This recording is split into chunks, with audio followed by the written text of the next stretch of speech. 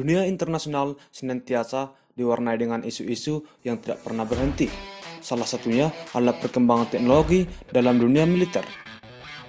Militer terus berevolusi dan berinovasi dari perang yang dulunya menggunakan batu, perunggu, besi, kemudian sistem perang dengan tameng atau pelindung yang terkenal di masa Sparta dan Athena, kemudian muncul senjata dan bahan peledak di masa Perang Dunia I dan II, hingga perkembangan teknologi militer yang menggabungkan sains, fisika, matematika, kimia, teknologi, dan internet pada saat ini, yang telah merevolusi cara manusia memandang perang. Senjata di masa ini, manusia tidak lagi asal-asalan dalam berperang dengan tujuan untuk menaklukkan pihak lain. Karena dengan senjata yang hampir dimiliki semua negara, maka perang yang terjadi bisa saja tidak memberikan hasil apa-apa selain kerugian yang dahsyat baik kepada pihak yang menang maupun yang kalah. Pada channel Lihat Sedikit ini, kita akan melihat salah satu teknologi militer yang ada di abad ini, yaitu MiG-29. MiG-29 atau MiG-29 Fulcrum atau sering dikenal sebagai Mikoyan MiG-29 adalah pesawat tempur yang dibuat oleh Rusia yang didesain di Biro Desain Mikoyan Burovikhovich MiG dengan tujuan perancangan untuk menggantikan pesawat MiG-21, MiG-23, dan Su-15 serta Su-17, di mana kemampuan MiG-29 sama dengan pesawat tempur Amerika Serikat F-18 Hornet. Angkatan Laut Rusia akan menempatkan MiG-29K pada kapal induk Admiral Kuznetsov untuk menggantikan Sukhoi Su-33 yang akan telah habis masa pakainya pada tahun 2015. Proses pengembangan pada MiG-29 Fulcrum memiliki cerita panjang sebagai berikut. Pada tahun 1969, keberadaan program FX oleh Angkatan Udara Amerika Serikat yang menghasilkan pesawat F-15 Eagle sudah diketahui oleh khalayak umum. Pada puncak periode Perang Dingin, fokus Soviet sebetulnya mencegah pesawat penempur Amerika terbaru untuk mencapai keunggulan teknologi yang melampaui kemampuan dari Uni Soviet. Maka dari itu, pengembangan pesawat tempur yang baru harus memiliki kemampuan air superiority menjadi prioritas utama Uni Soviet. Staf Panglima Soviet mengeluarkan syarat-syarat rancangan bangunan untuk program Perspektivny Frontovo Intrebitel atau disingkat PFI, diartikan langsung sebagai penempur perspektif terdepan atau penempur lanjut terdepan. Spesifikasi pesawat tersebut amatlah ambisius pada masa itu, yang mensyaratkan kemampuan jarak jauh dan forma landas yang pendek dan bagus, termasuk penggunaan landasan mentah, kelincahan yang baik, kecepatan di atas Mach 2, dan persenjataan yang cukup berat. Rancangan aerodinamis untuk pesawat ini kebanyakan dibuat oleh Institut Aerodinamis Rusia (TS AGI) yang berkolaborasi dengan Biro Desain Sukhoi. Tetapi pada tahun 1971, penelitian Soviet menunjukkan adanya kebutuhan untuk diversifikasi jenis penempur. Program PFI akhirnya ditopang dengan program LPFI, Perspektivny Levski Frontovoi Intrebitel atau penempur ringan taktis lanjut. PFI dan LPFI Soviet ternyata membuat suatu keputusan yang paralel dengan keputusan Angkatan Udara Amerika Serikat yang membuat program penempur ringan, yaitu F-16 dan YF-17. Penempur PFI lalu diberi ke Sukhoi dan menghasilkan Sukhoi Su-27, sedangkan penempur ringan dilempar ke Mikoyan mengerjakan rancangan spesifik yang menghasilkan produk 9 dinamakan sebagai MiG-29A. Dimulai pada tahun 1974, penerbangan perdana Purwarupa dilakukan pada 6 Oktober 1977. Pesawat praproduksi jenis ini pertama kali ditemukan oleh satelit pengintai Amerika Serikat pada November tahun tersebut, yang dijuluki sebagai RAM-L karena terlihat di pusat pengujian penerbangan Zhukovsky di dekat kota Ramenskoye. Spekulasi awal pengamat barat bahwa RAM-L amatlah mirip penampakannya dengan YF-17, tetapi digerakkan oleh turbojet Tumonski R-25 Afterburner. Penyelesaian dalam program tersebut sebetulnya mengalami keterlambatan setelah kehilangan 2 Purwarupa dalam kecelakaan yang melibatkan gangguan mesin.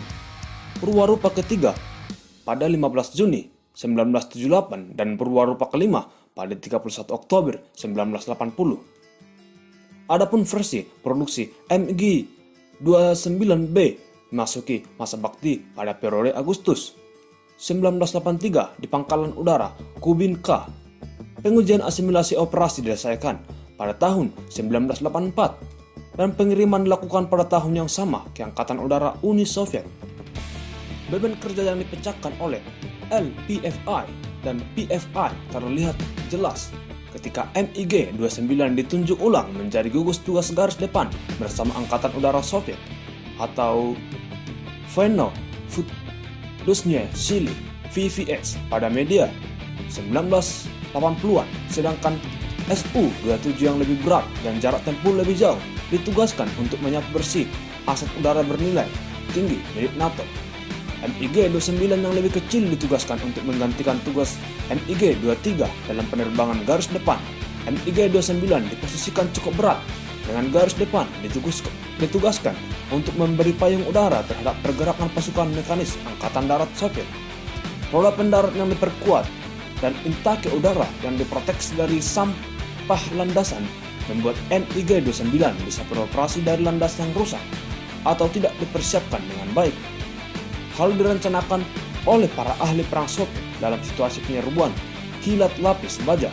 MiG-29 juga ditugaskan untuk tugas pengawasan serang udara dan pengiriman udara, melindungi pesawat penggempur permukaan dari pesawat tempur NATO seperti F-15 dan F-16.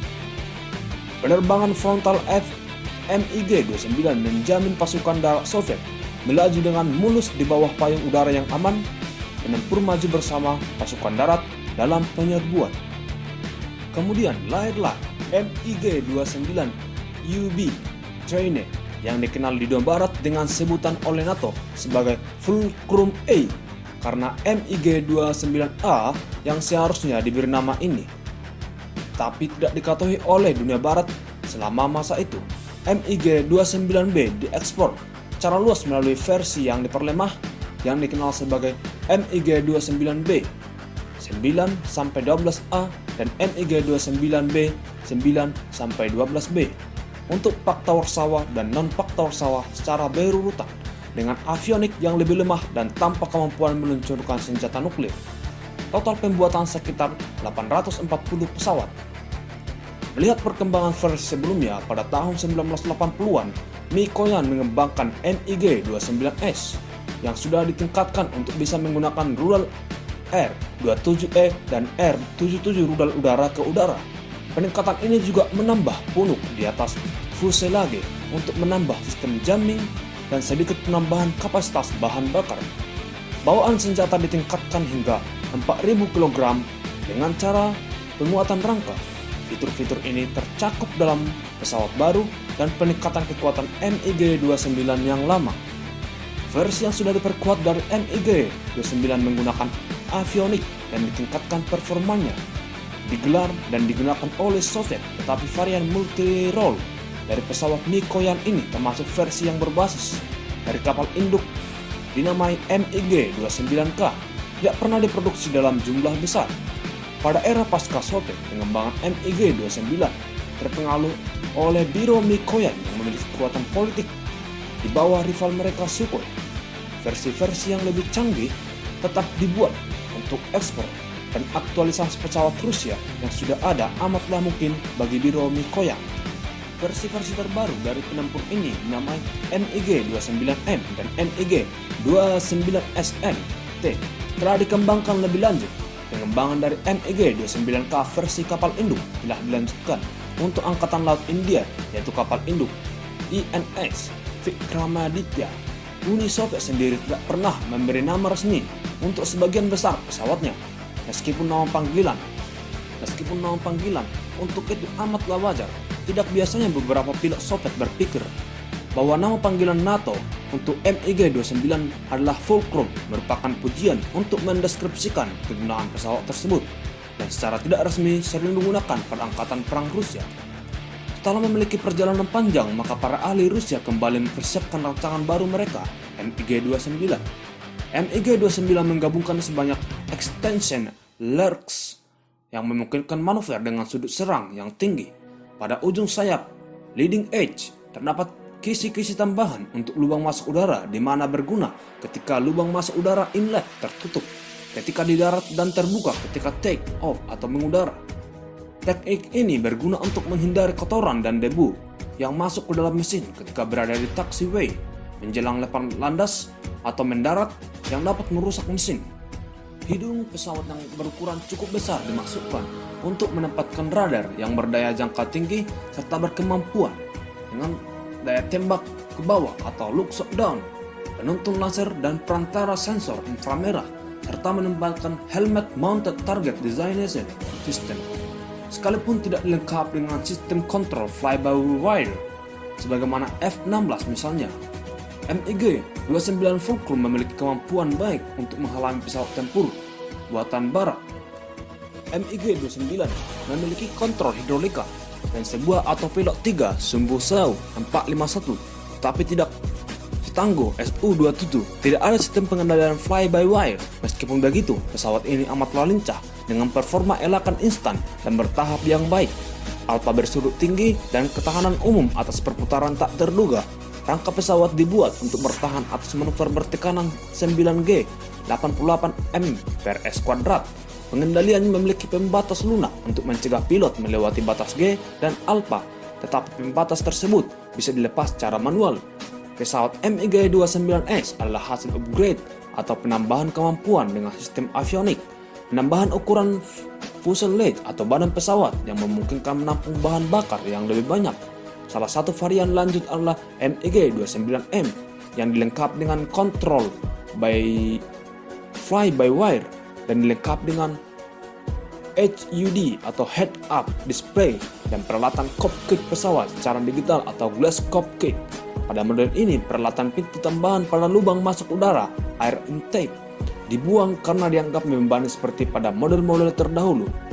MiG-29 memiliki dua sumber penggerak mesin turbo Van Klimov RD-33 yang diantara keduanya memiliki spasi kosong yang cukup luas, memiliki daya dorong kering 50,0 kN atau 11,249 lb dan afterburner 81,3 kN atau 18.277 lbn. Mesin-mesin pesawat ini diberi angin melalui intake bersudut yang dipasang di bawah leading edge extension atau LEAX yang memiliki lereng yang bisa bergerak untuk memungkinkan pencapaian Mach yang tinggi. Untuk beradaptasi dengan medan operasi yang kasar, corong pasukan udara yang utama bisa ditutup seutuhnya dan menggunakan corong udara di atas fuselage untuk melakukan takeoff, pendaratan, dan penerbangan ketinggian rendah, mencegah masuknya serpihan asing atau FOID. Maka dari itu, mesin-mesin pesawat ini akan mendapatkan asupan udara dari corong lurks yang akan membuka secara otomatis begitu corong utama ditutup. Tetapi varian terbaru dapat dari keluarga pesawat MiG-35 menghapus corong atas dan mengadopsi layar penyaring di corong utama seperti yang dipakai oleh Su-27. Nah, sekian pembahasan kita untuk sejarah MiG-29 Fulcrum di part 1 ini, yang kemudian akan dilanjutkan di sejarah MiG-29 Fulcrum di part 2 nanti. Jangan lupa like, subscribe, dan share agar dapat memberikan lebih banyak manfaat bagi banyak orang. Terima kasih, bye-bye.